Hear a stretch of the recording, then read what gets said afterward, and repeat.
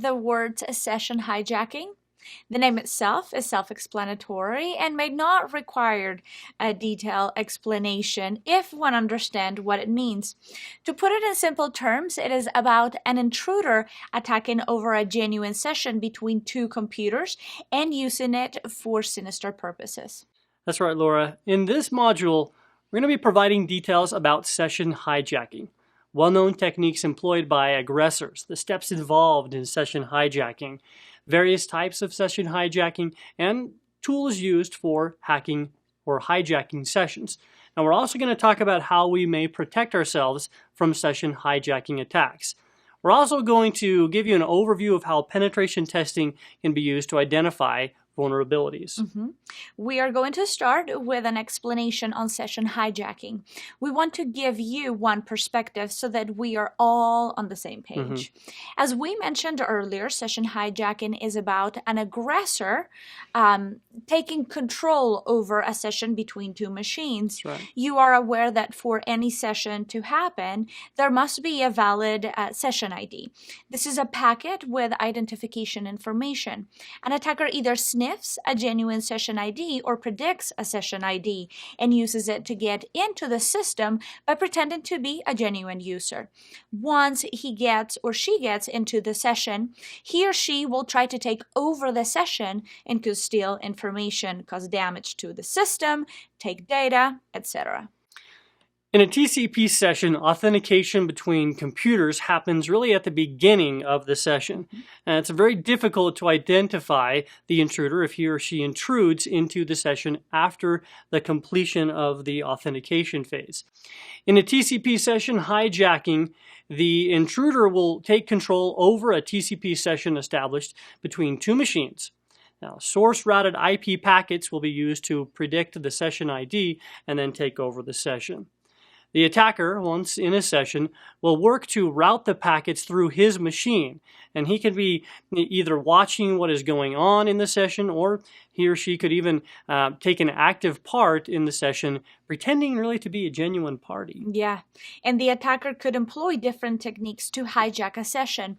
It could be a blind hijacking where the responses on a target machine can be predicted. He or she could employ the man-in-the-middle attack technique where he or she could use a sniffer to figure out the discussion between two machines. If the attacker wants to cause damage, he could employ a denial-of-service attack to ensure loss of a huge number of packets. That's right. Now, some background information here. Okay. We'll tell you about the steps normally followed in a session hijacking attack. The first step will be to understand the connection, how data is flowing, the characteristics of the session, and such things like this. Now, once the attacker understands about the session, he will work to desynchronize the connection to intrude. And once he gets in, he'll start injecting packets into the session to achieve what he wanted to do. Now, in this case, or the case of a TCP session, you can't do much to prevent a session hijack attack. So it's recommended you switch to a secure protocol, as it has been observed that most countermeasures don't work unless you utilize encryption. What do you think an intruder can potentially do?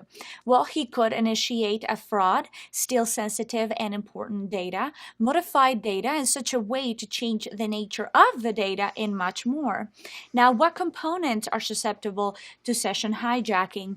We are going to start with the authentication protocol Kerberos. You won't have encryption enabled by default, and the authentication is susceptible to attackers. That's right. Now, we're going to go ahead and talk about one-time passwords, OTP. Now, there are various ways that a one-time password is used to authenticate users. The authentication happens at the beginning of the session and not again until the end of the session.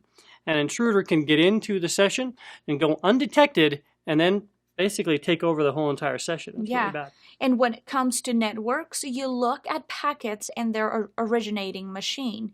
You would want to filter out packets from unknown sources.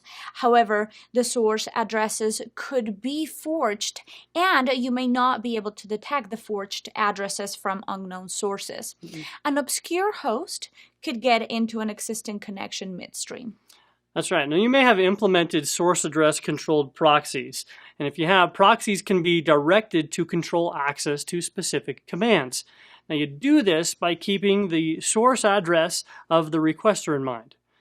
Source address is easy prey for active or passive sniffers. Now, there is really no easy mechanism to protect from either active or passive sniffing. So once you're aware of the risk, then you'll need to be vigilant in implementing measures to protect yourself against it. Yeah.